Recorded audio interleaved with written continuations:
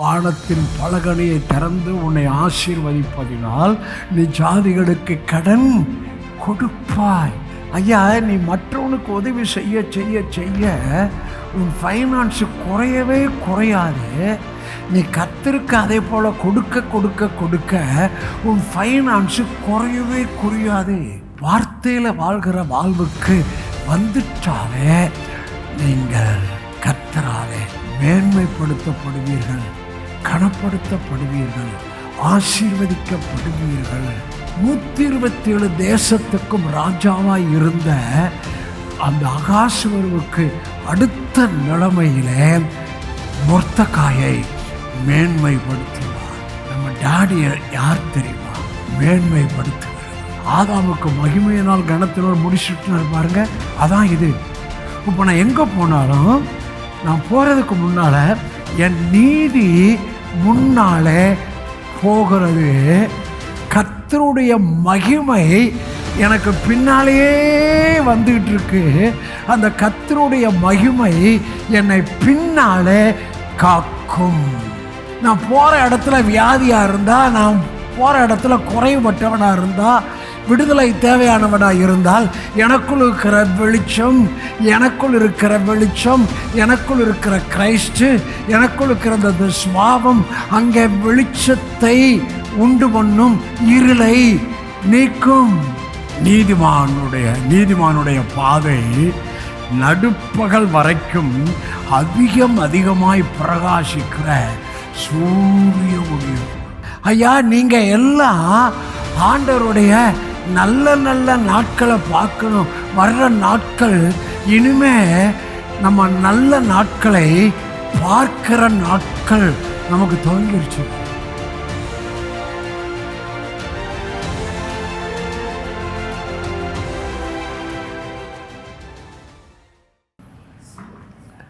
அதுக்கு முன்னால் ஒரு சாட்சி, என் காதில் வந்த சாட்சி.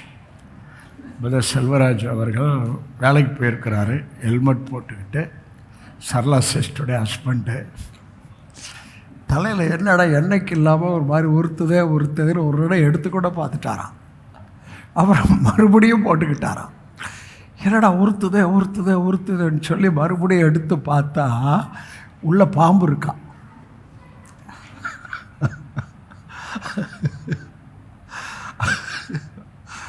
சாட்சி ஒன்று தீங்கு பண்ணல, இதான் சாட்சி. அடுத்தது நேற்றோட பாஸ்டமா மரித்து 16 வருடங்கள் ஆகிறது. போஸ்ட் போடணும்னு நினச்சிக்கிட்டே இருந்தேன், ஆனால் மறந்துட்டேன். ஆனாலும் உங்களுக்கு சொல்கிறேன், கர்த்தரண்டை போய் சேர்ந்து 16 வருடங்கள். அவர்கள் செய்த ஊழியம் ரொம்ப மகிமையான ஆசீர்வாதமான ஊழியம். ஸ்ட்ராங் ஃபவுண்டேஷன் போட்டுட்டு போயிருக்கிறாங்க. அவங்க ஹீமோ கொடுக்குறப்ப ரொம்ப நாள் கொடுத்துக்கிட்டு இருந்தாங்க. ஒரு வார்த்தை கூட என்கிட்ட முறுமுறுக்கலை, வலிக்குதுன்னு சொல்லலை. அந்த பலனை கர்த்தர் அவர்களுக்கு கொடுத்திருந்தார். அவர்கள் ஓட்டத்தை வெற்றியோடு நிறைவாய் முடித்தார்கள். சபையின் மத்தியில் நான் அவர்களை ஞாபகமூட்டுகிறேன். அவர்கள் என்னோடு இருந்து செய்த ஊழியம் ரொம்ப பெருசு. கர்த்தர் நல்லவர். ஓகே, என்னுடைய செய்தியின் தலைப்பு பழைய ஏற்பாட்டு, திறந்து சொல்லுங்கள், பழைய ஏற்பாட்டு ஆசீர்வாதமும் வாழ்வின் போதனையும். இன்றைக்கி பழைய ஏற்பாட்டில் இருக்கிற ஆசீர்வாதத்தை பேசுகிறேன், போதனையும் பேசுகிறேன். இன்றைக்கி பழைய ஏற்பாட்டில் இருக்கிற போதனை உங்களுக்கு காமிக்க போகிறேன். அதாவது பிரமாணத்துக்கு அடுத்தது. பிரமாணம் போதனை அல்ல, கை கொள்ளுதல். போதனை என்றால் வாழ்வின் முறைக்கு அடுத்தது. போதனை என்றால் வாழ்வின் முறைக்கு அடுத்தது. புதிய ஏற்பாட்டில் இயேசு உயிர்த்தெழுதலுக்கு பிற்பாடு தான் சுவிசேஷம் எழுதப்பட்டது, நிருபங்கள் எழுதப்பட்டது. பரிசுத்த ஆவியானவர் அவர்களை கொண்டு எழுதினார். ஆகவே அந்த சுவிசேஷம் இயேசுவின் பிறப்பு, மரணம், அடக்கம், உயிர்த்தெழுதல், சீஷர்களை ஆயத்தப்படுத்துதல், யூதர்களுடைய அவருடைய இன்ட்ராக்ஷன் எல்லாம் சுவிசேஷம்.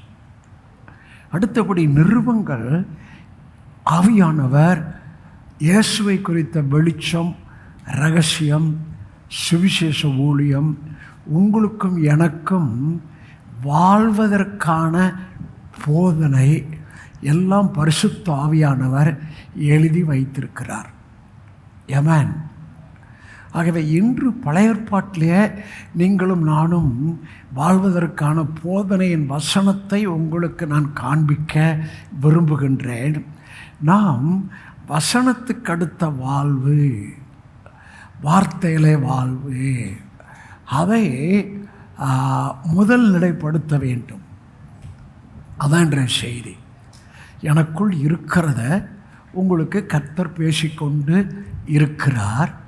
அதை எனக்குள்ளே டெய்லி சொல்லிக்கிட்டே இருக்கிறார், என் நல்லா நடத்திக்கிட்டு இருக்கிறார். ஆகவே இன்று உங்களுக்கு வாழ்வதற்கான போதனை. இந்த வெளிச்சத்தை கொடுத்த போது டைரி எழுதினேன். டைரி எழுதினதை உங்களுக்கு வாசிக்கிறேன். அவருடைய போதனையில், நிருபங்களில், சபைக்கு எழுதப்பட்ட, நடைமுறைக்கு எழுதப்பட்ட வாழ்வில் வாழ்வதுதான் புதிய ஏற்பாட்டில் கை கொள்ளுதல் ஒன்று. ஆகவே முதலாவது நாம், நீங்கள், நான் அவருடைய வார்த்தையின்படி வாழ வேண்டும் என்ற விருப்பம் முதலாவது உண்டாக வேண்டும். ரெண்டாவது, ஒவ்வொரு நாளும் காலையில் அல்லது எண்ணம் வரும்போதெல்லாம் பரிசுத்த ஆவியானவர் உதவியை நாட வேண்டும். இதற்கு மூன்றாவது, புதிய ஏற்பாட்டில் நம்முடைய வாழ்வின் முறையை, சுபாவ மாற்றம், பரிசுத்த வாழ்வு, அன்பு, விசுவாசம் ஆகியவற்றில் நீங்கள் முதல் நிலைமைப்படுத்த வேண்டும். நான்காவது, அவர் இருக்கிறது போல் நாம் இருக்க வேண்டுமென்று யோவான் சொல்கிறார் என்பதை நீங்கள் கவனிக்க வேண்டும். அடுத்தபடி, இயேசுவின் அடிச்சுவடுகளை அல்லது மாதிரியை பின்பற்றுதல் பேதுரு எழுதி இருக்கிறார். அடுத்தபடி, இனி நான் அல்ல கிறிஸ்து, கிறிஸ்துவை தரித்து கொண்டீர்கள். இதுதான் புதிய ஏற்பாட்டு சபை. இதற்கு நம்மை ஆயத்தப்படுத்துகிறவர் பரிசுத்த ஆவியானவர். ஜெபம், மனித போதனை இதற்கு உதவவே உதவாது. சில சமயம் தவறுகள் ஏற்படும் போது குற்ற உணர்வுக்கு இடம் கொடுத்து விடக்கூடாது. நான் அவரிடத்தில் ஒப்பு கொடுத்து விட்டேன், அவர் என்னை காத்து கொள்வார் என்று பவுல் சொல்லுகிறார். நம்முடைய எண்ணம், அறிவு, உணர்வு, பேச்சு, செயல்பாடுகள் ஒவ்வொன்றையும் பரிசுத்த ஆவியானவருக்கு ஒப்பு கொடுக்கிறேன் என்று சொல்ல வேண்டும். பழைய உடன்படிக்கை கைக்கொள்ளுதல், புதிய உடன்படிக்கை வார்த்தையிலும் நடைமுறை வாழ்விலும் அனுதினமும் வாழ்வது. பரிசுத்த ஆவியானவர் உங்களுக்கு உதவி செய்ய ஆயத்தமாய் இருக்கிறார். அவருடைய செயல்பாடுகளில் ஒன்று ஹெல்ப்பர், உதவி செய்கிறவர். நம்முடைய பலவீனங்களிலும் உதவி செய்கிறவர். ஆமென். சொல்லுங்களேன். டாடி, இன்னைக்கு செய்தி பாஸ்டர் வாசித்தது என் மனதில் பதியற்றும். நான் வேத போதனையில் வாழ்வதை நான் முதல்நிலைப்படுத்தினால், அவரை போல இருப்பதை முதல்நிலைப்படுத்தினால், அனுதினமும் அந்த எண்ணத்தோடு நான் என் நாட்களை துவக்கினால், போக போக போக என் வாழ்வின் முறையே மாறிவிடும். என் வாழ்வின் முறை வேத போதனையிலே மாறிவிடும். அதை நான் விரும்பணும், அதை நான் சொல்லணும், அதை நான் வாஞ்சிக்கணும். ஆவியானவரே எனக்கு உதவி செய்யுங்கள். ஆமென். ஓகே, நான் முதல்ல வாழ்வதை பேசுகிறேன், ரெண்டாவது ஆசீர்வாதத்தை பேசுகிறேன். இங்கே போட்டிருப்பது முதல்ல ஆசீர்வாதம், ரெண்டாவது வாழ்வின் போதனை. ஓட்டியில் காமிக்க போகிறேன். அப்போ ஓட்டியிலேயே வாழ்வுக்கு அடுத்த போதனை, பிரமாணம் அல்ல போதனை, வாழ்வுக்கு அடுத்த போதனை இருக்கிறது. அதை உங்களுக்கு நான் காண்பிக்க போகின்றேன். திருவசனத்தை கேட்கிறவர்களாய் மாத்திரமல்ல, உங்களையே வஞ்சியாதபடி அதன்படி செய்கிறவர்களாக இருக்க வேண்டுமென்று யாக்கோபு சொல்லுகிறார். அதன்படி உபாகமம் 15ஆம் அதிகாரம் 7, 8 வாசிக்கிற போடுமா? நீங்களும் இதை பார்த்து வாசிங்க. உன் தேவனாய கர்த்தர் உனக்கு கொடுக்கும் தேசத்தில் எந்த வாசலிலும் உன் சகோதரரில் எளியவனான ஒருவன் இருந்தால், எளியவனாய உன் சகோதரனுக்கு உன் இருதயத்தை கடினமாக்காமலும் உன் கையை, அப்பா உங்கள் ஓன் பிரதரை சொல்லுது.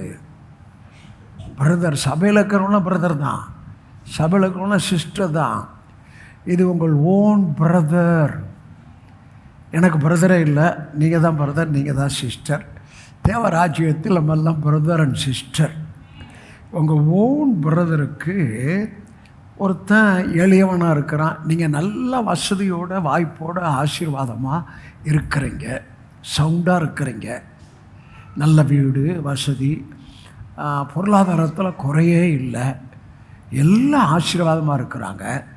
உன்னுடைய ஓன் பிரதர் ஒருத்தன் எளியவனாக இருந்தா, உங்களை மாதிரி இல்லை, அவன் அன்றாடங்காட்சியாக இருக்கலாம், இல்லை குறைவில் இருக்கலாம், இல்லை கடன் வாங்குறவங்களா இருக்கலாம். உங்கள் மாதிரி உங்கள் பிள்ளைகள் மாதிரி வீட்டு வசதியெலாம் இல்லை, காரு அது இதெல்லாம் இல்லை.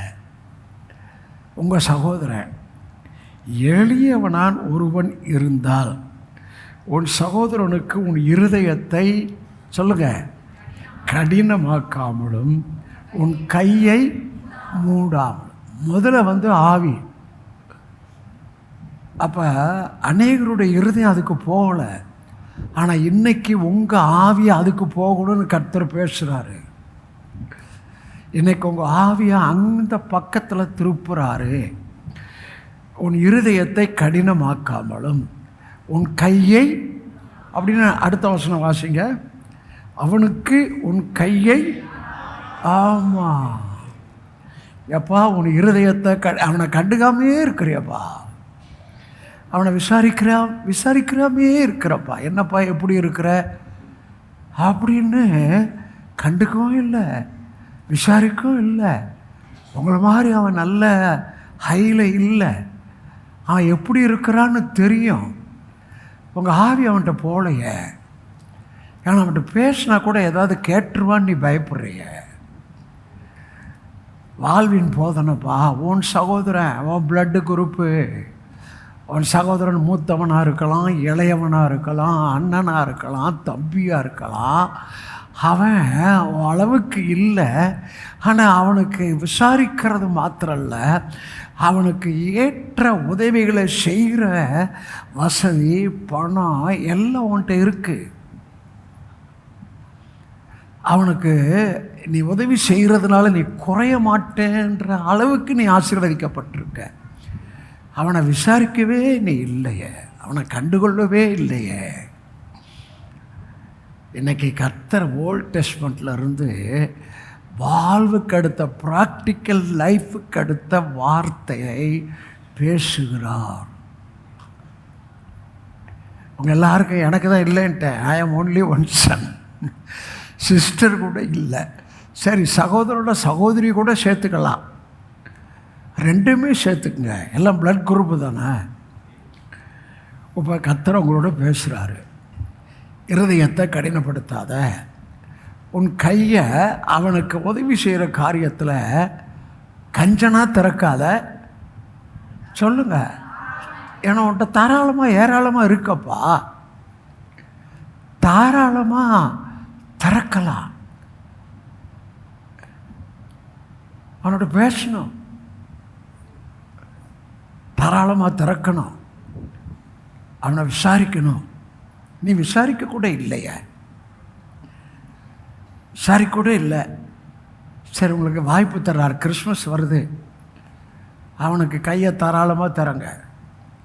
அவன் பிள்ளைகள் படிப்புக்கு உங்கள்கிட்ட இருக்குது, கையை தாராளமாக தரங்க. இதாங்க சகோதரனுக்கு அடுத்த காரியத்தில் ஊட்டியில் எழுதின வாழ்வின் முறை. பாருங்கள், 10ஆம் வசனம் வாசிங்க. 10ஆம் வசனம் போடுமா? அவனுக்கு தாராளமாய் கொடுப்பாயாக, அவனுக்கு தாராளமாய் கொடுக்கும்போது உன் இருதயம் ஓட்டது அவ்வளவு இருக்க.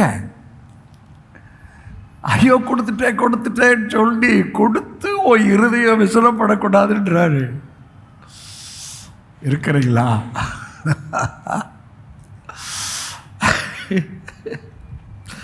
ஆசீர்வாதம் வருது பாருங்க, வாசிக்க.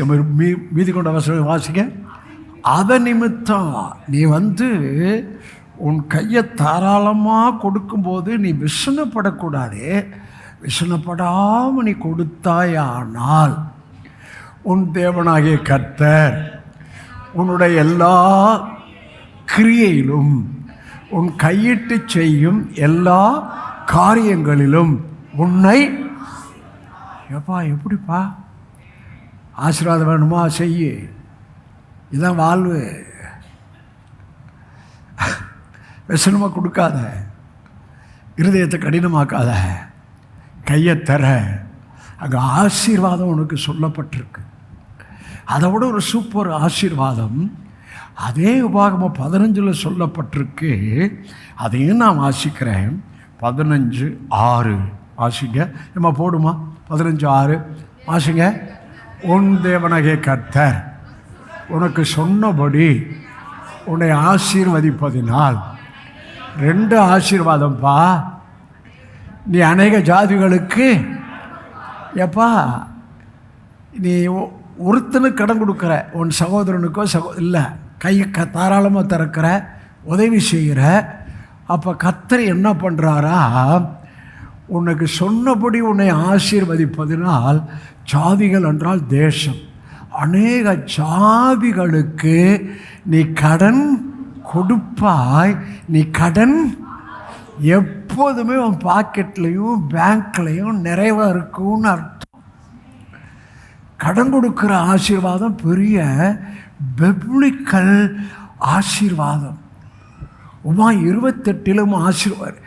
இந்த வார்த்தை உபாகம் 28 வருகிறது, உபாகம் 15 வருகிறது. உபாகம் 28 வானத்தின் பலகணியை திறந்து உன்னை ஆசீர்வதிப்பதினால் நீ ஜாதிகளுக்கு கடன் கொடுப்பாய். If you want to multiply your finance,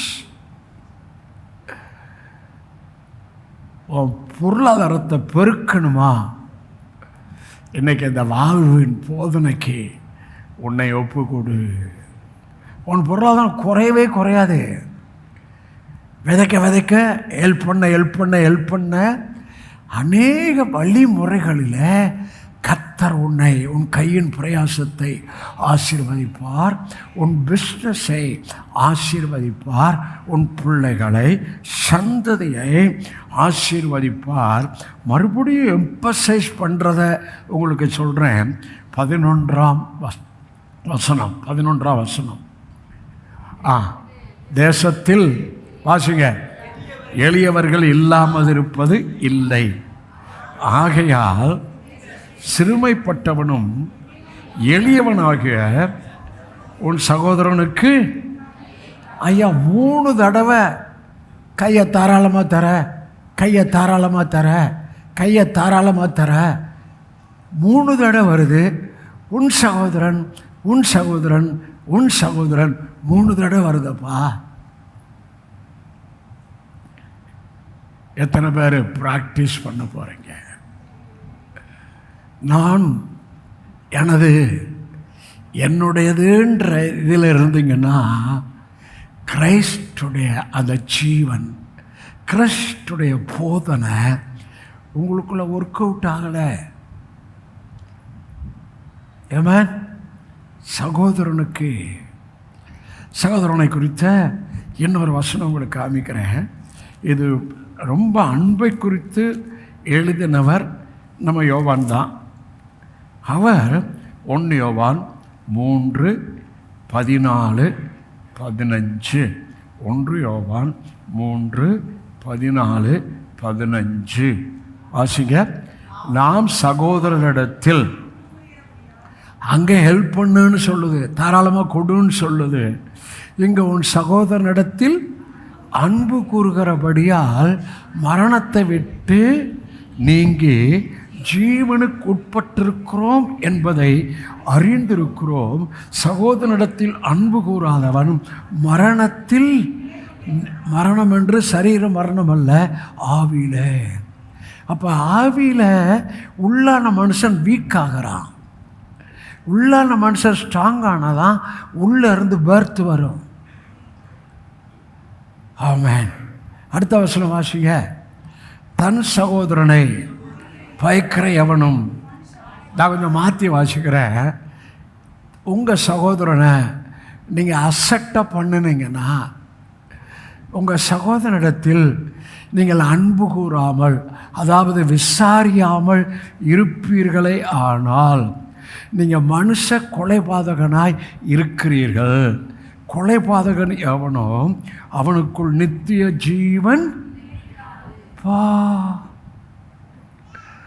எத்தனை பேர் சகோதரரை குறித்த காரியத்தில் இன்னைக்கு வாழ்வுக்கடுத்த அந்த போதனையில் வாழை ஒப்பு கொடுக்க போகிறீங்க, வார்த்தையை ஹானர் பண்ண போகிறீங்க. உங்கள் சகோதரனுக்கு இருதயத்தை கடினப்படுத்தாமல் தாராளமாக திறந்து அவனை விசாரித்து உங்களை ப்ளஸ் பண்ணி இருக்கிறாரு. நான் அவனை எந்த விதத்தில் ப்ளஸ் பண்ணலாம் அப்படின்னு கொஞ்சம் யோசிச்சு பாருங்கள். அதை செய்யுங்க. ஆமென். ஹல்லேலூயா. ஆமென். சகோதரனை குறித்து மத்தேயு சுவிசேஷத்தில் 5ஆம் அதிகாரத்தில் இயேசு மலைப்பிரசங்கத்தில் சொன்னதை உங்களுக்கு நான் காண்பிக்க விரும்புகின்றேன். மத்தேயு 5ஆம் அதிகாரம் 22:5-22. நான் உங்களுக்கு சொல்கிறேன். ரொம்ப சீரியஸாக இது சொல்கிறாரு. இயேசு சொன்னது, தன் சகோதரனை நியாயம் இல்லாமல், என்ன சொல்ல மாட்டேங்க, என்ன போடலையாம்மா, நியாயம் இல்லாமல் கோபத்துக்கு கொள்ளக்கூடாதான். சகோதரனை நியாயம் இல்லாமல் கோபித்துக் கொள்பவன் நியாய தீர்ப்புக்கு ஏதுவாயிருப்பான். சகோதரனை வீண் என்று சொல்லுகிறவன் ஆலோசனை சங்க தீர்ப்புக்கு ஏதுவாயிருப்பான். மூடனை என்று சொல்லுகிறவன் எரிநகரத்துக்கு ஏதுவாயிருப்பான். 23 தான் ரொம்ப சூப்பர். 23 போடுமா? ஆகையால், வாய் திறந்து வாசிங்க. நீ பலிபீடத்தில் காணிக்கை செலுத்த வந்து உன் பேரில் உன் சகோதரனுக்கு ஒரு குறை உண்டென்று அங்கே, நல்லா கவனிங்க, உனக்கு சகோதரனிடத்தில் குறை உண்டென்று காண்பாய் என்று சொல்லலை. உன் பேரில் உன் சகோதரனுக்கு ஒரு மனசு வருத்தம் இருக்குது. இவன் விசாரிக்க மாட்டான், எப்படி இருக்கிறேன்னு கூட கேட்க மாட்டான். ஹலோ பாதர்ஸ், விசாரிக்க மாட்டான், எப்படி இருக்கேன்னு கேட்க மாட்டான். அது அவனுக்கு கொஞ்சம் இதாக தான் இருக்குது, அவனுக்கு மனத்தாங்கலாக இருக்குது.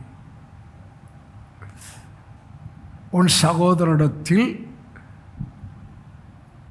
ஒரு மனத்தாங்கல் அவனுக்கு உன்னிடத்தில் உண்டென்று நினைவு கூறுவாயானால் முதல்ல காணிக்கை வச்சுட்டு, இங்கே முக்கியமான வசனம் 25 போடுவா, பவர்ஃபுல். 25 வாசிங்க. எதிராளி உன்னை நியாயாதிபதியிடத்தில் ஒப்புக்கொடாமலும் நியாயாதிபதி உன்னை சேவரிடத்தில் ஒப்பு கொடுக்காமலும் நீ சிறைச்சாலையில் வைக்கப்படாமல் இருக்கும்படி நீ உன் எதிராளியோட வழி இருக்கும்போது சீக்கிரமாய் அவனிடத்தில் சொல்லுங்க, நல்மனம் பொருந்து. அவன்கிட்ட மனசை வை, அவனை கொஞ்சம் விசாரி. இதாங்க சகோதரனுக்கு அடுத்த காரியத்தில் ஓட்டில் எழுதின போதனையின் வாழ்வு. அந்த போதனை வாழ்வில் ஆசீர்வாதம் உங்களுக்கு காமிச்சோன்னா என்ன ஆசீர்வாதம்? ஃபைனான்ஸில் இன்னும் வெயிட் ஆவீங்க.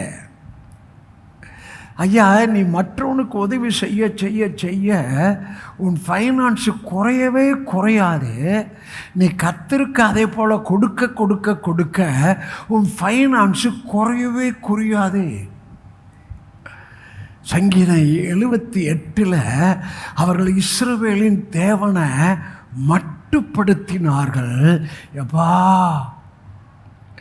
நீ தேவனை எவ்வளவு பெருசாக பார்க்குறியோ, அவர் ஆசீர்வாதங்களை எவ்வளவா புரிஞ்சு, நான் ஸ்டாப்பிங் பிளஸ்ஸிங்கை புரிஞ்சு, நான் சகோதரனிடத்தில் என்னை கேட்ட போதனையின்படி நான் வாழ போகிறேன். சகோதரனிடத்தில் ஒப்புர வாங்க போகிறேன். சகோதரனை உதவி செய்ய போகிறேன், விசாரிக்க போகிறேன். அவனுக்கு தாராளமாக கொடுக்குற அளவுக்கு என்கிட்ட இல்லாட்டி கூட நான் கொடுக்குற அளவுக்கு என்னால் இயன்றதை கொடுக்க போகிறேன். தாராளமாக கொடுக்குறோம், கொடுங்க.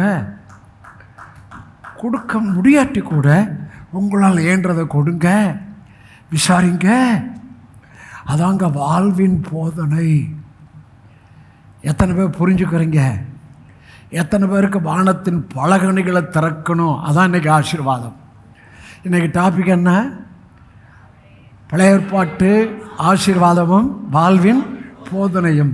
இன்றைக்கி எத்தனை பேருக்கு வானத்தின் பலகணிகளை திறந்து உங்கள் பொருளாதாரத்தை ஆசீர்வதிப்பதினால் நீங்கள் சாதிகளுக்கு கடன் கொடுக்கிறத நீங்கள் விசுவாசிக்கிறீங்க? செய்யுங்கப்பா, சீக்கிரம் செய்யுங்க. ஆமென். முதலாவது சகோதரனுக்கு அடுத்த காரியம், உங்கள் ஃபைனான்ஸ் பிரேக் த்ரூவை கர்த்தர் பேசிக்கொண்டிருக்கிறார். உங்கள் பிஸ்னஸ்லேயும் உங்கள் வேலையிலையும் ப்ரொமோஷன் வரலாம், உங்கள் பிஸ்னஸில் அநேக தொடர்பு வரலாம். அதனால் நீங்கள் இருந்த ஃபைனான்ஸை விட பல மடங்கு உங்கள் ஃபைனான்ஷியல் பெருகும், விருத்தி ஆகும் என்று பலிபீடத்திலிருந்து உங்களை ஆசீர்வதிக்கிறேன், உங்களுக்கு வார்த்தையை பேசுகிறேன். ஆமேன் சொல்ல மாட்டீங்களே? ஆமேன்.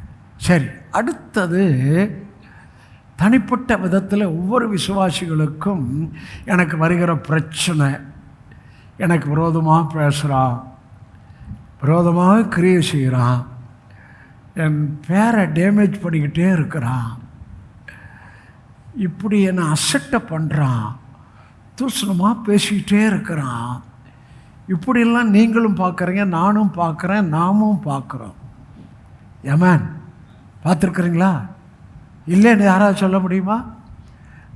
இல்லைன்னு யாரும் சொல்ல முடியாதுங்க. எல்லாருக்கும் உங்கள் வீட்டாரே சத்ருன்னு சொல்லிட்டாரே, அப்புறம்னா சரி, இதில் நான் எப்படி வாழ்வின் போதனை, இதில் நான் எப்படி வாழ்வது, வார்த்தையை அப்பியாசப்படுத்துவது? நீதிமொழிகள் 24ஆம் அதிகாரம் 16, 17, 18, 19. நீதிமொழிகள் 24, 16 போடுமா? நீதிமான் 7 தடவை விழுந்தாலும் திரும்பவும் எழுந்திருப்பான். துன்மார்க்கரோ தீங்குல இடருண்டு கிடப்பார். அவன் துன்மார்க்கன் தீங்குல, தீங்கு தான் அவனுக்கு, இடருண்டு கிடப்பான். ஆனால் நீதிமான் 7 தரம் விழுந்தாலும் திரும்ப எழுந்திருப்பான். சரி, அடுத்த வசனம் இங்கே தான் வருது. விஷயம் வருது. உன் சத்துரு விழும்போது, அவன் இடரும்போது உன் இருதயம் எப்பா, உன் சத்துரு விழும்போது நீ சந்தோஷப்படாத. பத்தியோ எனக்கு அப்படி பண்ணா இப்படி பண்ணா எப்படி ரொம்ப ரொம்ப பண்ணிட்டான் அப்படின்னு அவன் விழுந்தோன்னு, அவனுக்கு ஒரு ஆபத்து வந்தோன்னு, அவன் ஒரு பெரிய பிரச்சனையில் மாட்டிக்கிட்டான். சில சமயம் ஜெயிலுக்கே போயிட்டான்னு வச்சுக்கோங்களேன். மாட்டி போலீஸ் ஸ்டேஷன் போய் கேஸ் போய் ரொம்ப எலும்பு தோல் ஆயிட்டான். உன் சத்துரு விழும்போது சொல்லுங்க சந்தோஷப்படாதே.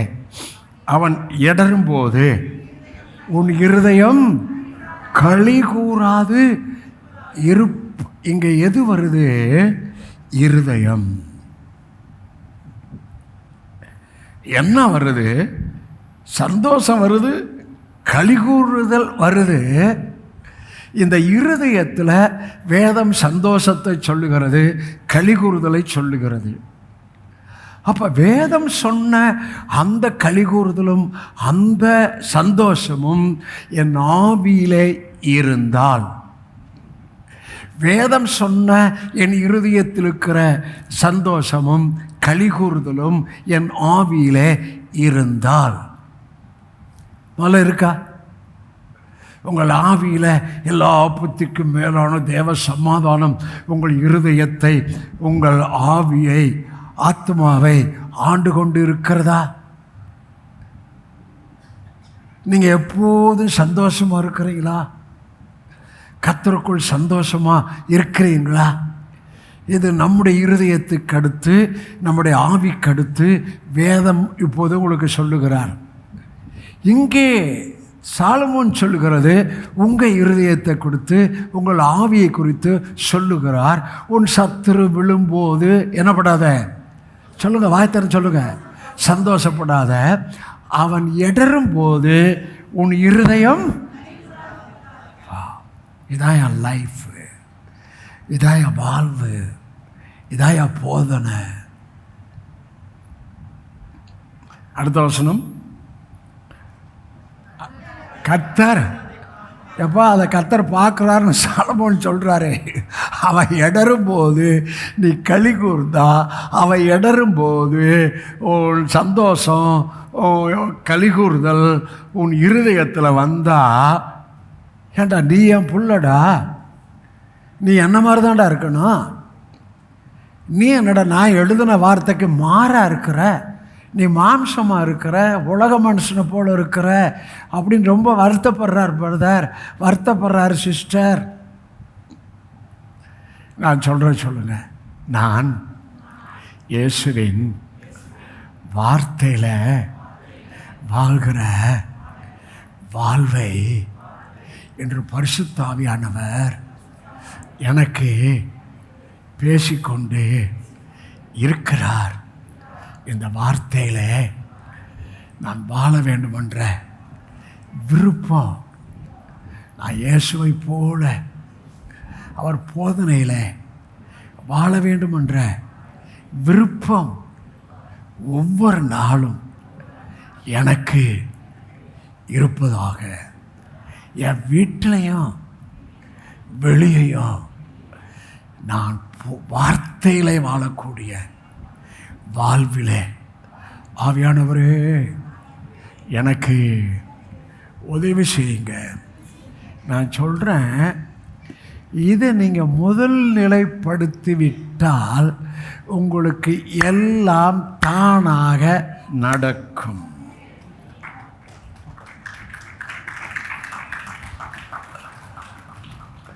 இதை நீங்கள் ஃபஸ்ட்டாக வச்சுட்டா உங்களுக்கு தேடி வரும், உங்களை சத்துரு தொட முடியாது.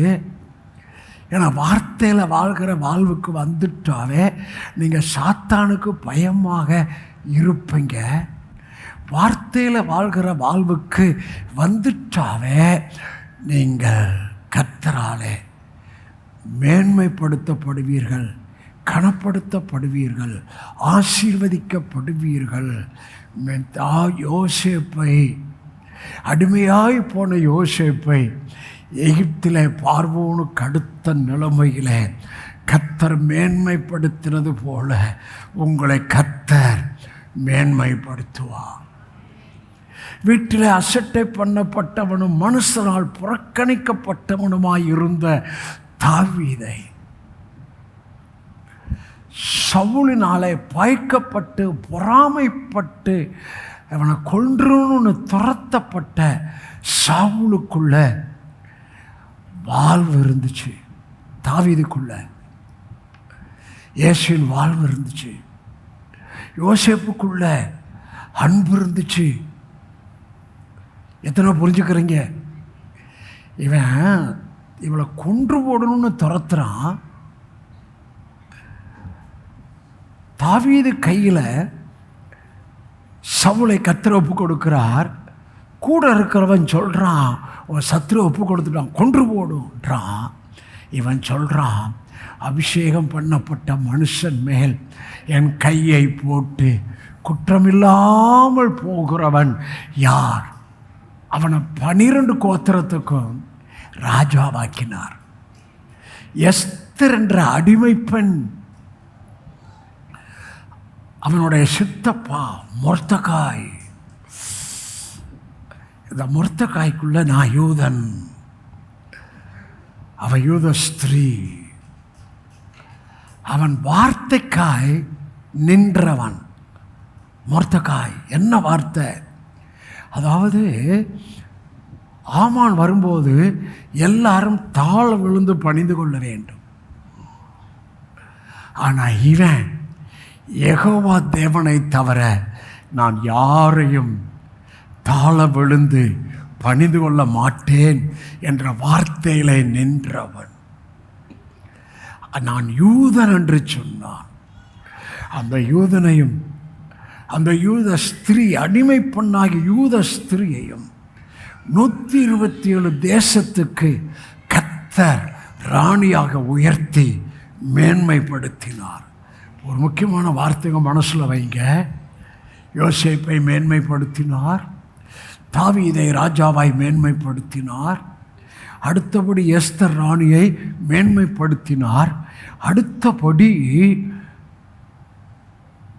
127 தேசத்துக்கும் ராஜாவாய் இருந்த அந்த அகாசுவருவுக்கு அடுத்த நிலைமையிலே மொர்தெகாயை மேன்மைப்படுத்தினார். நம்ம டாடி யார் தெரியுமா? மேன்மைப்படுத்துகிறவர், நம்ம பேரை பெருமைப்படுத்துகிறவர். கீழாகாமல் மேலாவியர்கள், வாழாகாமல் தலையாவியர்கள், கடன் வாங்காமல் கடன் கொடுப்பீர்கள்.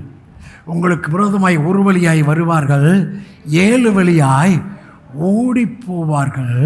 தமக்கு பயந்தவர்களை சூழ அவர் பாளையம் இறங்கி இருக்கிறார். சிங்கக்குட்டிகள் தாழ்ச்சியடைந்து பட்டினியாய் இருக்கும். கர்த்தரை தேடுகிறவர்களுக்கோ, சொல்லுங்க மறுபடியும், சொல்லுங்க மறுபடியும், அவர் வார்த்தையை நீங்கள் முதல்நிலைப்படுத்திட்டா ஒரு நன்மையும் குறைவுபட்டா. நான் காலையில் எந்திரிக்கும் போதே ஒரு வார்த்தை சொல்லிட்டு எந்திரிச்சேன். என் ஆவியில் முழுமை, என் ஆவியில் முழுமை, என் ஆவியில் முழுமை, என் சரீரத்தில் இளமை, என் ஆத்துமாவில்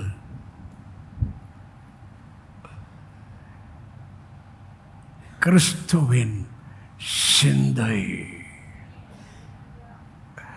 எல்லாம் மனதிலையும் எல்லாம் ஆவியில் தான் இருக்குது. நீங்கள் காலையில் எந்திரிக்கும் போது ஏதாவது 2 வார்த்தை 3 வார்த்தை சொல்லாமல் எந்திரிக்காதீங்க. நான் பெட்டை விட்டு எந்திரிக்கிறதுக்கு முன்னால் 1 மணி நேரம் இல்லை அரை மணி நேரம் பெட்டில் அப்படியே வார்த்தையை சொல்லி சொல்லி சொல்லி தோத்திரம் பண்ணிட்டு தான் எந்திரிப்பேன். Sometime ½ an hour, sometime 1 hour. அப்புறம் ஃப்ரெஷ் பண்ணிவிட்டு காஃபி சாப்பிடுவேன். காஃபி சாப்பிட்டோன்னே 1 hour டங்ஸ் பேசிக்கிட்டே இருப்பேன். நீங்கள் முடியாதுங்க, நீங்கள் வேலைக்கு போகிறவங்க, தொழில் பார்க்குறவங்க. அப்புறம் இதான் கர்த்தர் கொடுக்குற வெளிச்சத்தை வசனத்தை இந்த டைரியில் எழுதி எழுதி எழுதி கையெழுத்து போட்டு என் விசுவாசத்தையும் எழுதி அப்படி தான் நடத்திக்கிட்டே இருக்கிறாரு.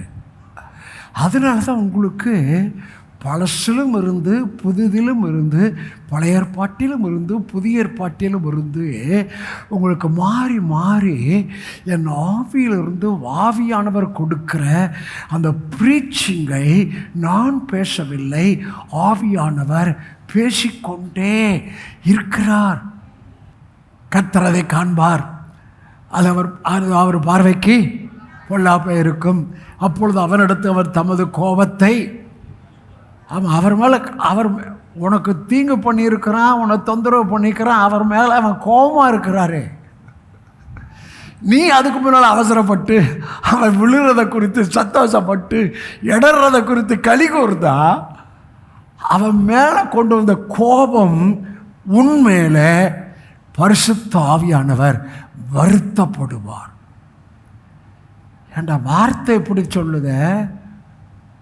நீ சத்துரு விழும்போது சந்தோஷப்படாத, இடரும்போது இருதயம் களி கூறாதன்னா அதை பார்த்து சந்தோஷப்படுற.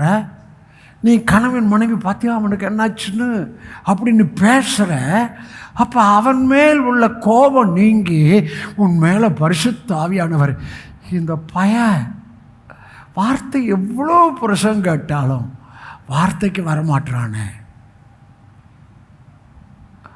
வார்த்தைக்கு கீழ்ப்படிய மாட்டானே, வார்த்தைக்கு ஒப்பு கொடுக்க மாட்டானே, வார்த்தையை முதல்நிலைப்படுத்த மாட்டானே, ஆவியானவருக்கு துக்கங்க. அடுத்த வருஷம் போடுமா? சூப்பர். வாசிங்க, வாய் திறந்து வாசிங்க. பொல்லாதவர்களை குறித்து ஏன் அவனை குறித்து ஏன் எரிச்சல் அடைகிற? அவன் பொல்லாதவன். சாலமோன் எழுதுறாரு, பொல்லாதவர்களை குறித்து எரிச்சல் அடையாத துன்மார்க்கர் மேல். இந்த ரெண்டுமே சுபாவம் வருது, எரிச்சல் பொறாமை.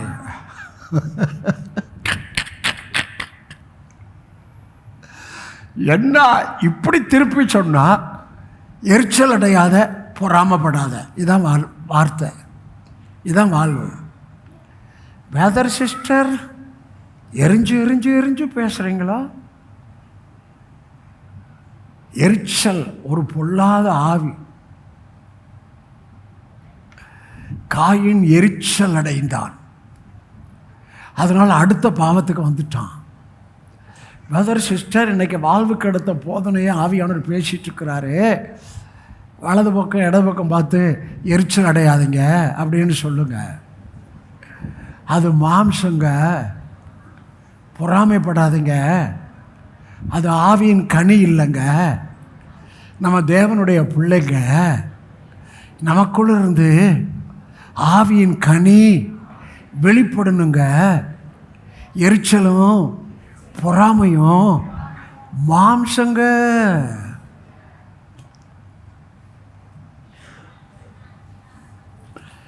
அதே அதிகாரம் 29 வாசிக்க. வாய் திறந்து வாசிக்க, சூப்பராக இருக்கும்.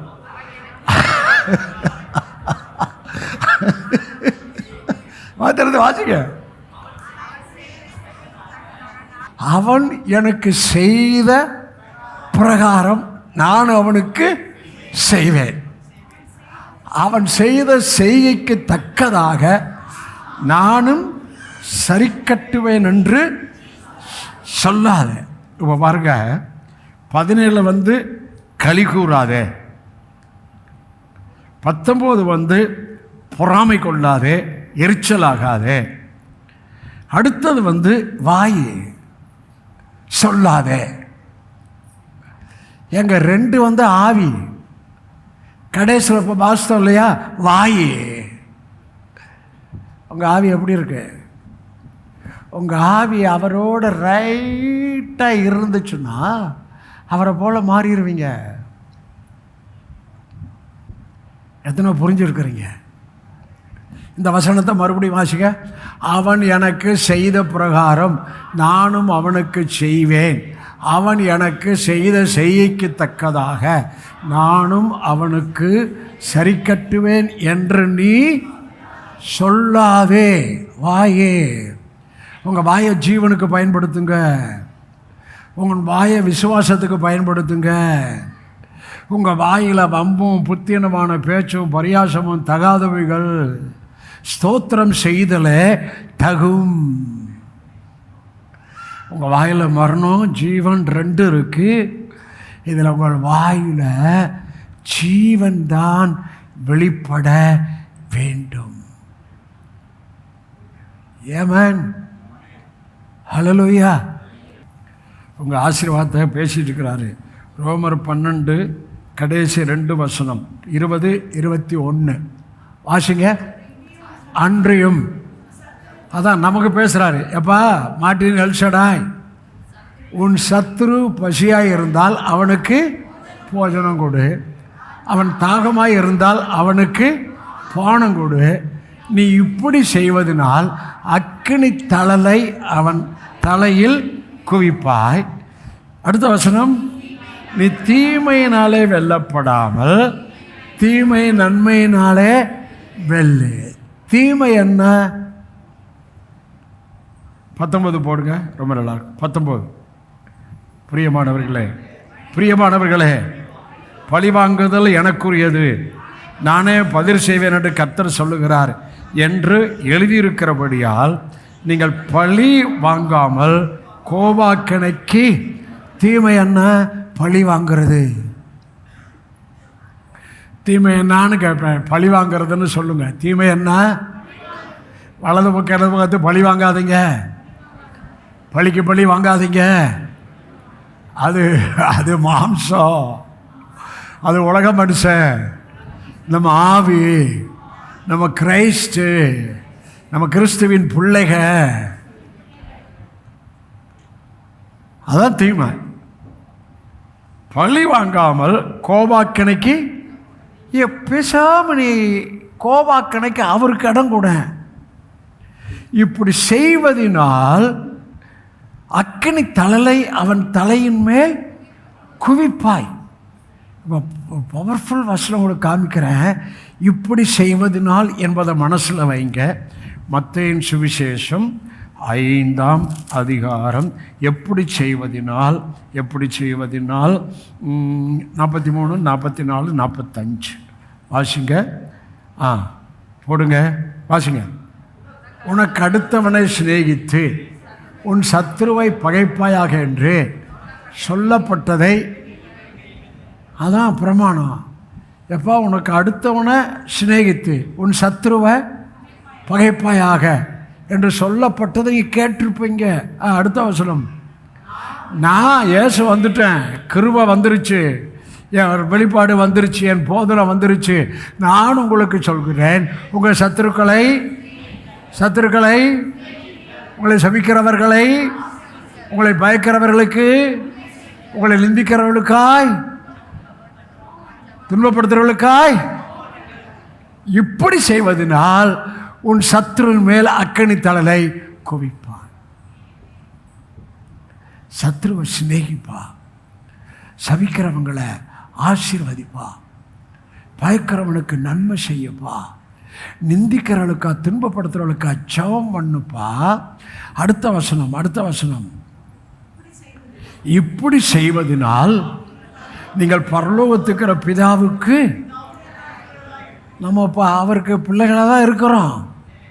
ஆனால் இன்றைக்கி இப்படி செய்யணுன்றாரு. என் பிள்ளையா இருக்கிறப்பா, என் பிள்ளைனா ஏன் ஆவி தானே வரணும், ஏன் பிள்ளைனா ஏன் போதனை தான் நீ ஃபாலோ பண்ணணும். நீ பிசாசுன்னு உங்களை சொல்லலை, வெளியே இருக்கிறவன் பிசாசு. அவனுக்கும் உனக்கு நீ வித்தியாசம் இல்லாமல் இருந்தால் இது எப்படிப்பா ஏன் பிள்ளை? சொல்லுங்க. நான் சத்துருக்களை சிநேகிக்கணும், சபிக்கிறவங்களை ஆசீர்வதிக்கணும், பயக்கிறவங்களுக்கு நன்மை செய்யணும், துன்பப்படுத்துகிறவங்களுக்கு ஜெபம் பண்ணணும். இதுதான் நான் வார்த்தையை அப்பியாசப்படுத்துதல். கரெக்டா?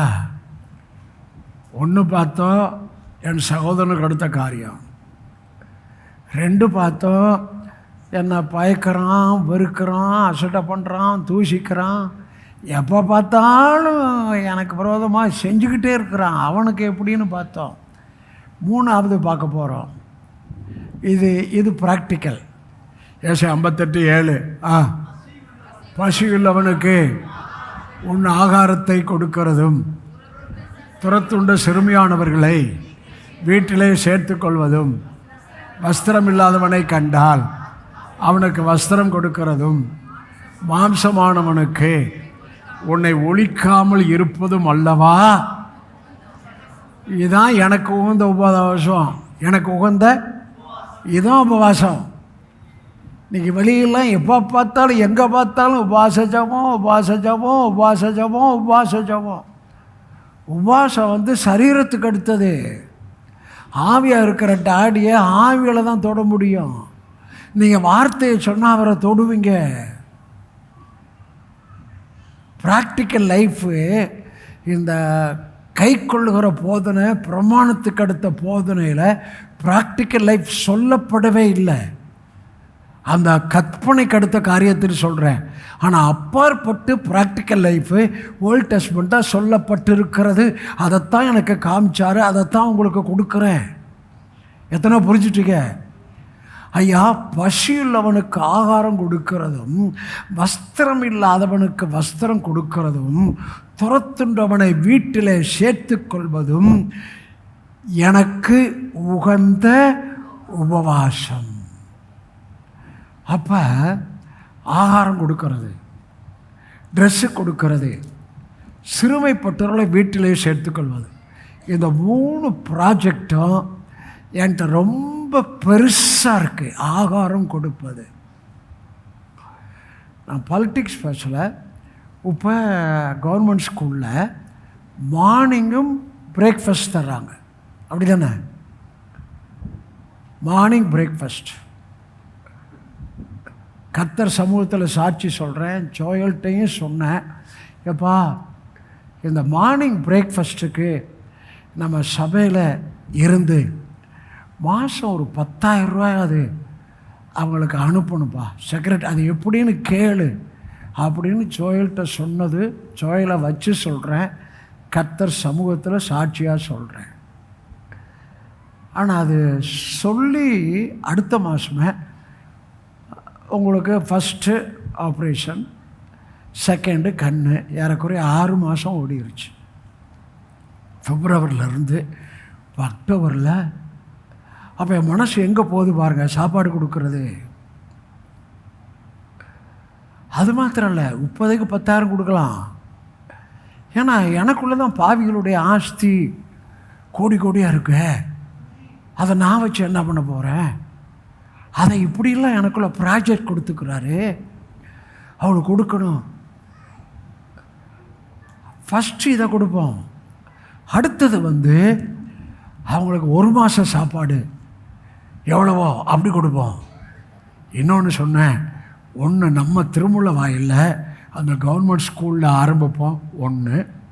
2வது திருச்சியில் எங்கள் வில்லேஜில் கொலமாணிக்கத்தில் அங்கே இருக்கிற எங்கள் வில்லேஜு, அங்கே இருக்கிற கிராம ஸ்கூலுக்கும் அங்கே இருக்கிற கவர்மெண்ட் ஸ்கூலுக்கும் இப்படி செய்வோம். ஆகாரம் கொடுக்கறது பெரிய ஆசீர்வாதம் ஐயா. எவ்வளோ பேர் ஆகாரம் கொடுக்குறாங்க.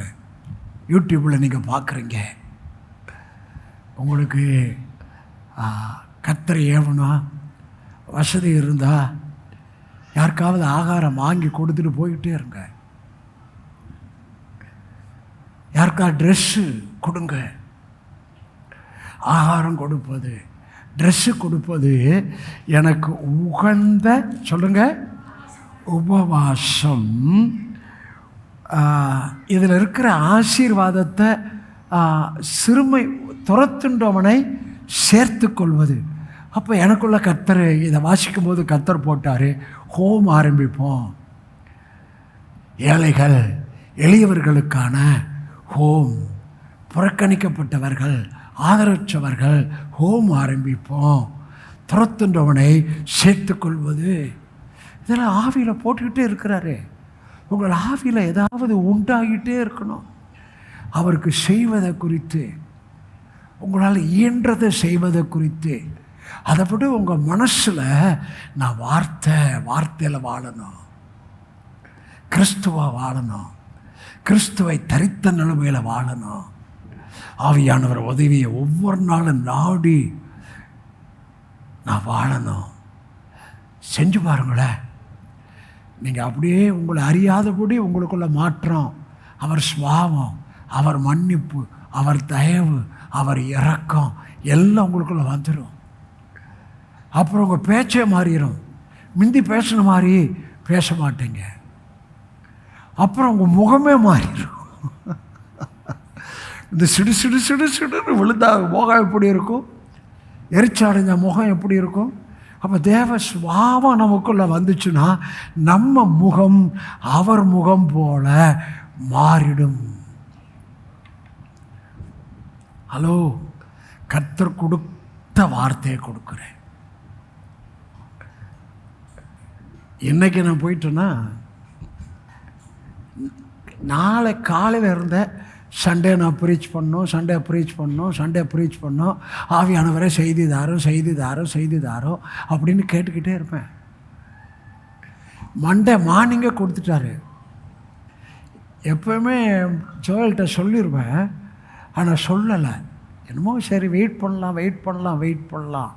இது கன்ஃபார்மா. அதுக்கு இடையில் 2-3 வெளிப்பாடு செய்தி கொடுத்தாரு. ஆனாலும் நேற்று தான் கன்ஃபார்ம் பண்ணி, இதுதான் செய்தி, இதுதான் உங்கள் மக்களுக்கு இந்த வாரம் நான் கொடுக்குற செய்தி. ஆசீர்வாதத்தை பாருங்கள். அடுத்த வசனம் போடுமா? அடுத்த வசனம் வாசிக்க. அப்பொழுது விடியற்கால வெளிப்பை போல உன் வெளிச்சம் எழும்பி உன் சுக வாழ்வு. அப்பா, என்ன வாழ்வு?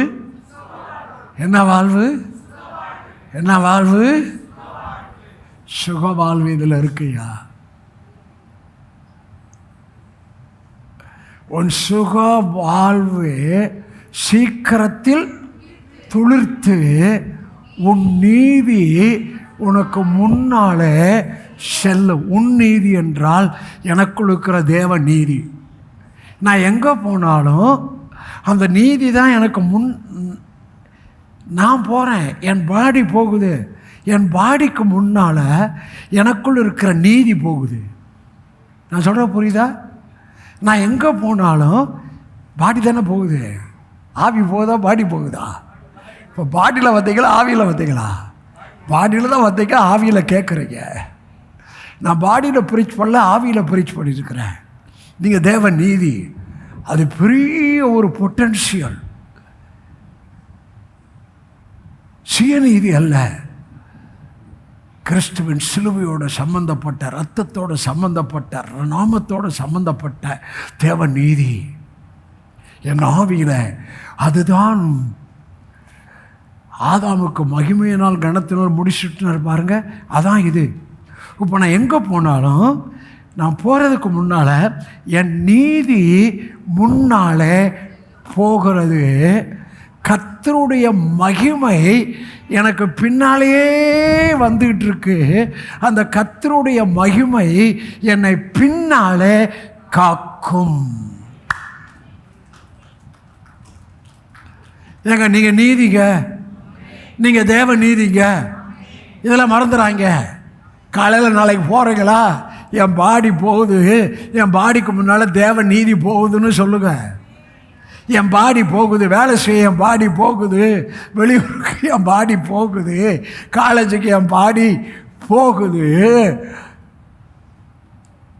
அவர் மகிமை எனக்கு பின்னால் வருது, காக்குது. வார்த்தை எத்தனை பேர் விசுவாசிக்கிறீங்க? பாடியில் ஒன்றும் இல்லைங்க, பாடி மண்ணுங்க. பாடிவே பேசிகிட்டு இருக்கிறான் முட்டா பையன். அதை போடாத, இதை போடாத, அதை உடுத்தாத, இதை உடுத்தாத, வெள்ளை போடு. தன் சபையை ஃபுல்லாக ஒயிட் ஆக்கணுமா. அந்த பாஸ்ட்டுக்கு தரிசனமே அதான். தரிசனத்தை பாரு, சபையை கிரைஸ்ட் ஆக்கணுன்ற தரிசனம் எங்களுக்கு கிடையாது. என் சபையில் எல்லாரையும் ஒயிட்டு போட வைக்கணும். ஆவி, உயிர்ப்பிக்கப்பட்ட ஆவி, நீதி, நான் நீதிமான், நான் பிள்ளை, நான் சுதந்திரர், இதில் வாழ்வதான் இன்னைக்கு கர்த்தர் பேசுகிறார். வசனத்தோடு பேசுகிறார்.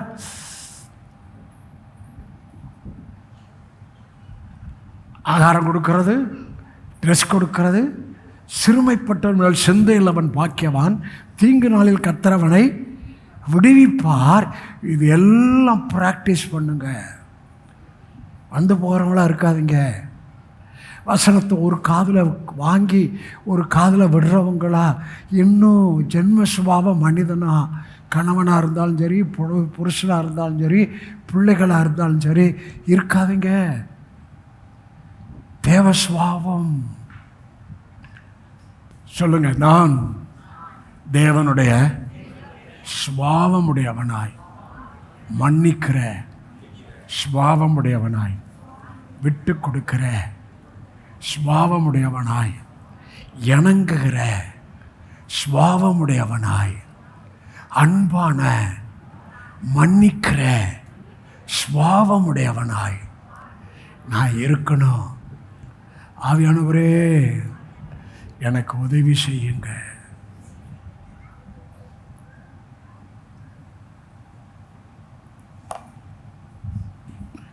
இந்த பசி உள்ளவனுக்கு ஆகாரத்தை கொடுத்தால் 10 போட்டுட்டு மறுபடியும் 11 போடுமா?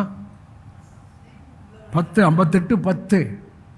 பசி உள்ளவனிடத்தில் உன் ஆத்மாவை எண்ணத்தை சாய்த்து சிறுமைப்பட்ட ஆத்மாவை திருப்தி ஆக்கினால் அப்பொழுது உங்களுக்கு ஒரு இருள் வந்துருச்சுன்னு வச்சுக்க, அது வெளிச்சமாக மாறிடும். ஹலோ, உங்கள் பிரச்சனை வந்துருச்சுன்னு வச்சுக்கோங்க, அது அது பதிலாக மாறிடும், விடுதலையாக மாறிடும். எத்தனை புரிஞ்சுட்டீங்க? பசிகளோடத்தில் ஆத்மாவை சாய்த்து சிறுமைப்பட்ட ஆத்மாவை திருப்தி ஆக்கினால் அப்பொழுது இருளில், மாற்றி சொல்லிட்டேன், இருளில். அப்போ நான் போகிற இடம் இருளாக இருந்தால் எனக்குள்ள இருக்கிற வெளிச்சம் அங்கே உதிக்கும்.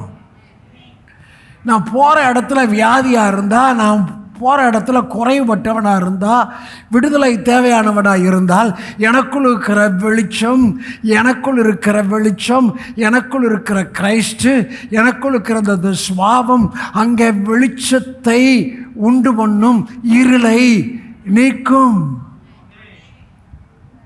ஆமென்.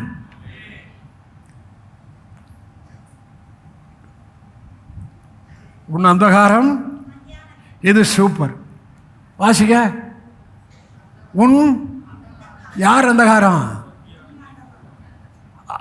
என் அந்தகாரம்.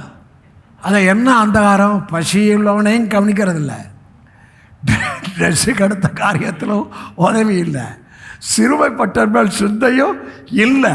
அந்த அந்தகாரம் என்னவா மாறிடும்? மத்தியானத்தை போல ஆயிரம். நீதிமானுடைய பாதை நடுப்பகல் வரைக்கும் அதிகமாய் பிரகாசிக்கிற சூரிய ஒளியை போடும். அப்படிதாயா நீங்களும் நானும்? ஆமென்.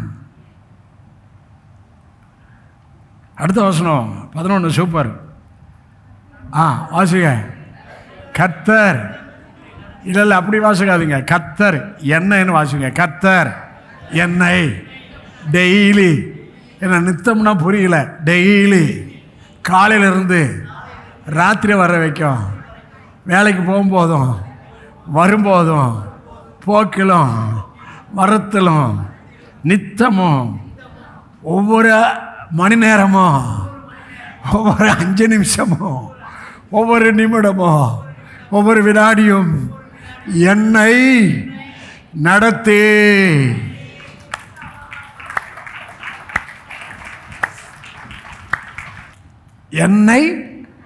நடத்தி மகா வறட்சியான காலங்களில் உன் ஆத்மாவை திருப்தியாக்கி உன் எலும்புகளை நினமுள்ளதாக்குவார்.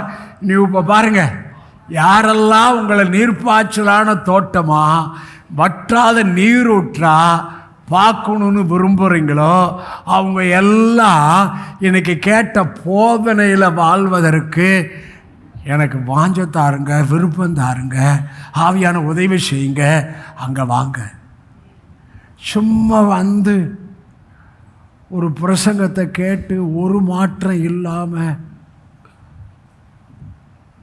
ஒரு சாட்சி இல்லாமல், எனக்கு அப்படி பண்ணார் இப்படி பண்ணார் சாட்சி இல்லாமல், பாருங்கள் ஹெல்மெட்டை போட்டுட்டு அவர் போய்க்கிறாரு, உள்ள பாம்பு இருந்தது கூட அவருக்கு தெரியல.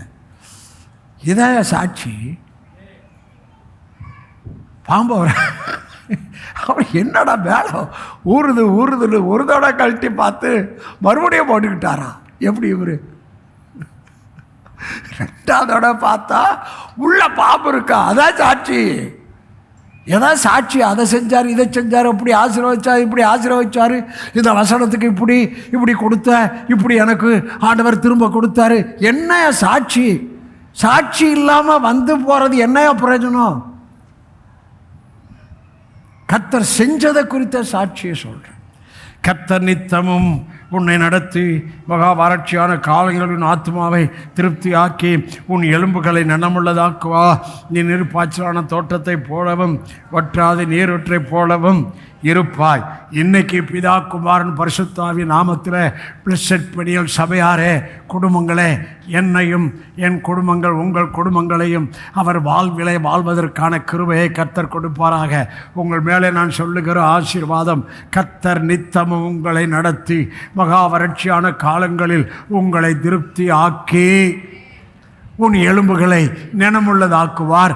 நாம் பிளஸட் பெனியல் சபையார் குடும்பங்கள் நீர்ப்பாய்ச்சலான தோட்டத்தை போலவும் வற்றாத நீரூற்றை போலவும் இருப்போம், இருக்கிறோம்.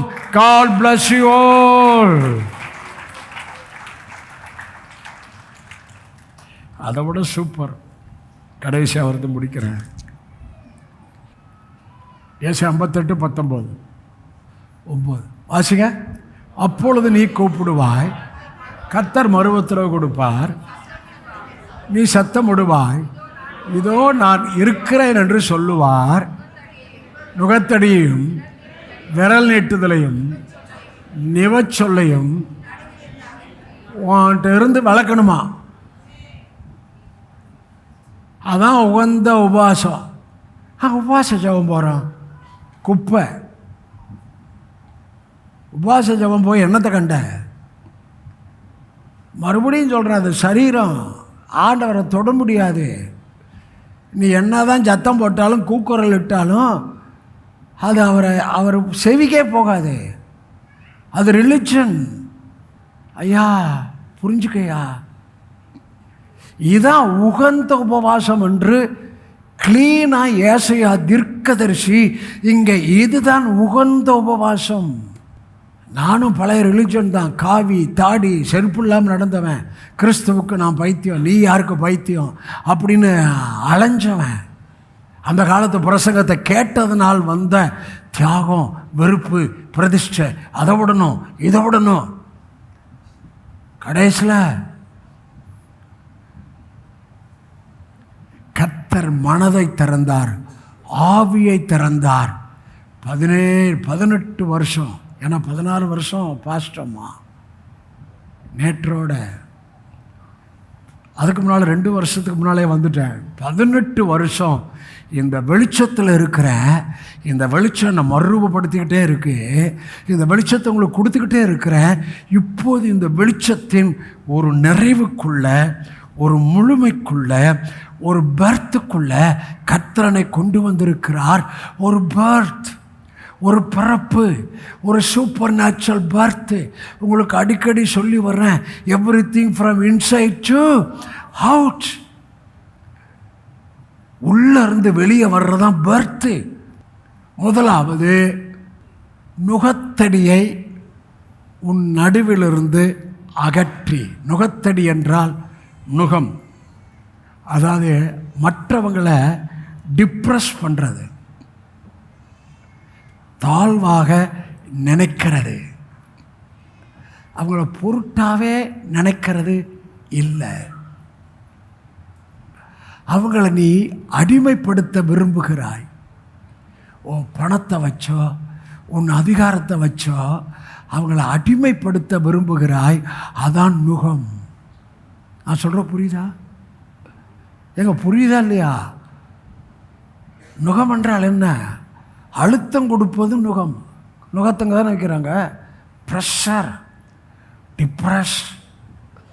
ஐயா, இந்த சபையில் ப்ரெஷர் கொடுக்குற செய்தியோ, அழுத்தத்தை உண்டு பண்ணுகிற செய்தியோ, பயத்தை உண்டு பண்ணுகிற செய்தியோ கொடுப்பதல்ல.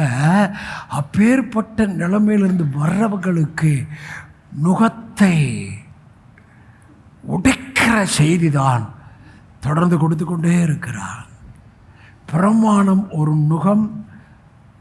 ஆகவே ரிலிஜன் போதகர்களுக்கு மத்தேயு 11 வருத்தப்பட்டு பாரம் சுமக்கிறவர்களே, நீங்கள் எல்லாரும் என்னிடத்திற்கு வாருங்கள், நான் உங்களுக்கு என் நுகத்தை ஏற்றுக்கொண்டு என்னிடத்தில் கற்றுக்கொள்ளுங்கள், அப்போது உங்கள் ஆத்மாவுக்கு இளைப்பாறுதல் கொடுக்கும். என் நுகம் மெதுவாயும் என் சுமை இலகுவாயும் இருக்கிறது. அதான் இயேசு வந்தது, மக்களை இலகுவாக்கணும். ஒழுங்குன்னு சொல்லி அவனை உருப்படாமல் ஆக்கிட்டாங்க. நுகத்தடியை. ரெண்டாவது விரல் நீட்டுங்க. இல்லை விரல் நீட்டுங்க, இல்லை நீட்டுங்க, அதில் ஒரு செய்தி இருக்குங்க. சார் விரல் நீட்டுங்க, எல்லாம் விரல் நீட்டுங்க, அதில் ஒரு செய்தி இருக்கு. சரி இருங்க, இப்போ நான் காமிக்கிறேன். இது விரல் நீட்டுதலா? இது கை. விரல் நீட்டுதுன்னா இது கூட இல்லை, விரல் நீட்டுதெல்லாம் இது கூட இல்லை. இதான் நீ சும்மா நீட்டி அவன் நொஸ்கு, எப்போ பார்த்தாலும் நொட்டு நொஸ்கு, அவன் சரியில்லை இவன் சரியில்லை, அவன் ஒழுங்கில்லை இவன் ஒழுங்கில்லை இப்படின்னு நீ குறைப்படுத்தி பேசிக்கிட்டே இருக்கிறிய, அதான் விரல் நீட்டுதல். எப்பா விரல் நீட்டுறியா? சரி, இப்போ அங்கே போய் காமிக்கிறேன். சரி, நீங்கள் விரலை மறுபடியும் இருக்க முன்னால் வந்துடுறேன். நீங்கள் மறுபடியும் விரல் நீட்டுங்க. இப்போ இங்கே இதெல்லாம் யாருக்கு பார்க்குது? மீதி எல்லாம் என்ன பார்க்குது? இது ஒன்று மட்டும் அடுத்தவனா சொல்லு. ஒன்றை பார்ப்பா, உன் கண்ணில் இருக்கிற துரும்பை பார்க்காமல். உன் கல்ல துரும்பு இருக்கு, உன் சகோதர கல்ல தூசி எடுத்து போடணும்னு சொல்றிய. தூசி வேற துரும்பு வேற, தெரியுமா? அவன்கிட்ட தூசி தான் இருக்கு, உன்கிட்ட அதை விட பெரிய பாவம் இருக்கு. நீ இவன் பாவம் செய்கிறவன் தான் பாவத்தையே பேசிகிட்டு இருப்பான். நிறைவே புரியாதவன் குறையே பேசிகிட்டு இருப்பான், குற்றப்படுத்தி பேசிகிட்டு இருப்பான். நீ குறை சொல்கிறது, குற்றப்படுத்துறது, இது எல்லாமே உன்னை விட்டு சொல்லுங்க அகற்றி. ஹலோ, வலது பக்கம் இடது பக்கம் வந்து பாசு சொல்கிறதெல்லாம் செய்யுங்கன்னு சொல்லுங்க. நம்மளை விட்டு நுகத்தடி, விரல் நீட்டுதல். மூணாவது என்ன? நிபச்சொல். எப்பாப்பா அந்த வாய் இருக்க ரொம்ப டேஞ்சரான வாய், நிபச்சொல். சனிய உங்களை சொல்லலை, வாய் சொல்லுது. ஏன் சாத்தா? நிபச்சொல். நிபச்சொல்னா evil, evil speech, evil talk. தீமையானது பேசுறது, தேவையில்லாத பேசுறது, சாபத்தை பேசுறது நிபச்சொல். ஐயா, என் வாய் அவருடைய வாயா மாறணும். நான் முடிக்க போகிறேன். எனக்கு அதாவது 18 வருஷத்துக்கு முன்னால் இருக்குன்னு நினைக்கிறேன், 20 வருஷத்துக்கு முன்னால் இருக்குன்னு நினைக்கிறேன். நம்ம சபையில் ஒரு சகோதரர் இருந்தார். அவர் எனக்கு ஒரு 10 கேசட் கொடுத்து கேட்க சொன்னார். அந்த கேசட்டை கேட்டேன். ஹோலினஸ், அதாவது ஒவ்வொன்றிலும் ஹோலினஸ். BYM ஸ்டான்லி அவர்கள் கொடுத்த செய்தி. அப்பயே நான் கேட்குறவங்க. ஜெயசேகர் கொடுத்தார். ஒரு வார்த்தை என்னை இடிச்சிச்சு. இன்னைக்கு இந்த வார்த்தை உங்களையும் தொடுவதாக. வாசிங்க 1 பேதுரு 3:10. 1 பேதுரு 3:10. சரி, எடுத்தவங்கள வாசிங்க. ஜீவனை, பைபிள் எடுத்தோம் வாசிங்க. ஜீவனை விரும்பி நல்ல நாட்களை காண வேண்டுமென்று இருக்கிறவன் பொல்லாப்புக்கு தன் நாவையும் கபடத்துக்கு தன் உதடுகளையும் விலக்கி காத்து, பொல்லாப்பை விட்டு நீங்கி நன்மை செய்து சமாதானத்தை தேடி அதை பின்தொடர. இந்த வார்த்தையில் என்ன தொட்டது? நீ ஜீவனை விரும்புகிறையா? நல்ல நாளை பார்க்கணுன்னு விரும்புகிறையா? இந்த வார்த்தை தான் என்ன தொட்டுச்சு. எப்பா, நான் நல்ல நாளை பார்க்கணுப்பா. நீ உன் நாவை சரியாக பயன்படுத்தாட்டி நீ நல்ல நாட்களை இந்த வார்த்தையின்படி நீ பார்க்கவே மாட்ட. சொல்கிறதுக்கு மன்னிங்க. நான் ஜீவனை விரும்புகிறேன், நல்ல நாட்களை பார்க்க வேண்டும். ஐயா, நீங்கள் எல்லாம் ஆண்டவருடைய நல்ல நல்ல நாட்களை பார்க்கணும். வர்ற நாட்கள் இனிமே நம்ம நல்ல நாட்களை பார்க்கிற நாட்கள் நமக்கு துவங்கிருச்சு. நான் ஜீவனை விரும்புகிறேன், நல்ல நாட்களை பார்க்க வேண்டும் என்று விரும்புகிறேன். ஆகவே நான் என்ன பண்ணுறேன்? பொல்லாப்புக்கு என் நாவையும் கபடத்துக்கு என் உதறுகளையும். அப்போ நாவுக்கு போட்டு போடு, நாவை கரெக்டாக பயன்படுத்து. காலையில் நாவை கத்தட்ட ஒப்பு கொடுத்துரு. இன்றைக்கி நான் பேசுகிறது எல்லாம் கிருபை வார்த்தை பேசணும், விசுவாச வார்த்தை பேசணும், ஆசீர்வாத வார்த்தை பேசணும். கேட்குறவங்களுக்கு என் வீட்லேயும் சரி வெளியும் சரி ஆஃபீஸில் கூட, டேய் நீ பேசுகிறப்ப எங்களுக்கு ஒரு மாதிரி நல்லா இருக்குடா அப்படின்ற அளவுக்கு நீங்கள் பேசணும். உங்கள் நாவு இன்னைக்கு உங்கள் நாவை தொடுவாராக. இன்றைக்கு உங்கள் ஆவிய சிந்தைய எந்த பகுதியில் போஸ்ட் போடுமா? இன்று என் ஆவிய என் ஆத்துமாவை வாழ்வின் போதனை தான் இன்றைக்கி பேசினேன். இடையில தீர்க்க தரிசன ஆசீர்வாத வசனங்களையும் பேசினேன். இன்னைக்கு டாடி நான் வார்த்தைக்குள்ளே வாழணும், வார்த்தையின்படி வாழணும். எனக்கு உதவி செய்யுங்க. ஆவியானவரே உதவி செய்யுங்க. ஒவ்வொரு நாளும் அந்த உதவியை நாடுறேன். வீட்டிலையும் வார்த்தையில் வாழணும். கணவனா கணவன் மாதிரி, மனைவியா மனைவி மாறி, பிள்ளைகள் மாறி, சபையிலையும் அந்த வார்த்தையில் வாழணும். சமுதாயத்திலையும் இந்த வார்த்தையின் வாழ்வில் வாழணும். ஆமென். இயேசு போல இயேசு போல இயேசு போல இயேசு போல இயேசு போல இயேசு போல இயேசு போல இயேசு போல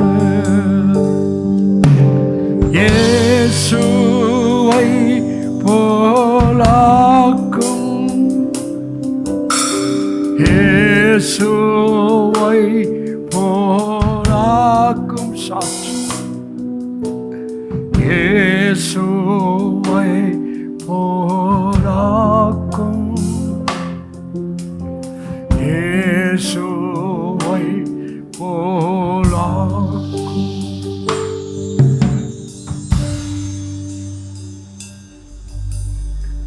ஹோலி ஸ்பிரிட் தான் உங்களை இயேசுவை போலவும் இந்த வார்த்தையிலே வாழவும் உங்களுக்கு உதவி செய்கிறவர்.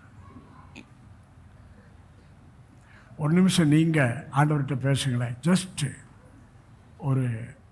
ஒரு நிமிஷம் கூட கிடையாது, ஒரு 30 செகண்ட். ஆண்டவர், அப்பா என்னை இயேசுவை போலாம், நான் வார்த்தையில் வாழணும், வார்த்தையை விசுவாசிக்கணும். இன்றைக்கி என்னோட பேசுனீங்க. நான் மாம்ச மனுஷன் அல்ல, ஆவியின் மனிதன். நான் கிறிஸ்துவை தரித்து கொண்டவன். அவருடைய பரிசுத்தத்துக்கு நான் சாட்சி. நான் உலகத்துக்கு வெளிச்சம், உலகத்துக்கு உப்பு. அப்படியாய் நான் வாழணும். இன்னைக்கு மனதை திறந்துங்க, என்னோட பேசுனீங்க. இந்த செய்திக்கு நான் ரெஸ்பான்ஸ் பண்ணணும். யாரோட ஒப்புரவாகணுமா, சகோதரனை சிநேகிக்கணுமா, உங்கள் வாய்க்கு அடுத்த காரியத்தில், ஆகாரத்துக்கு அடுத்த காரியத்தில், ட்ரெஸ்ஸுக்கு அடுத்த காரியத்தில், சிறுமைப்பட்டவர்களுக்கு அடுத்த காரியத்தில், விரல் நீட்டுதலுக்கு அடுத்த காரியத்தில், நிவச்சொல்லுக்கு அடுத்த காரியத்தில், மற்றவர்களை அடிமைப்படுத்துவது, மற்றவர்களை அழுத்துவது, மற்றவர்களை தாழ்வா நினைப்பது, அவங்களை தாழ்மையாகவே நடத்துவது இல்லை. கிறிஸ்துவின் நுகம் என் மேல இருக்கு. அந்த நுகம் இலகுவாயும் மெதுவாயும் இருக்கு. நான் அதில் வாக் பண்ணுவேன். எங்கள் பரலோக பிதாவே, நீ கொடுத்த வார்த்தைக்கு நன்றி. இந்த வார்த்தை இவங்களுக்குள்ள வாழ்வாய் மாறுவதாக. இயேசுவின் நாமத்தில் நல்ல பிதாவே, ஆமென், ஆமென்.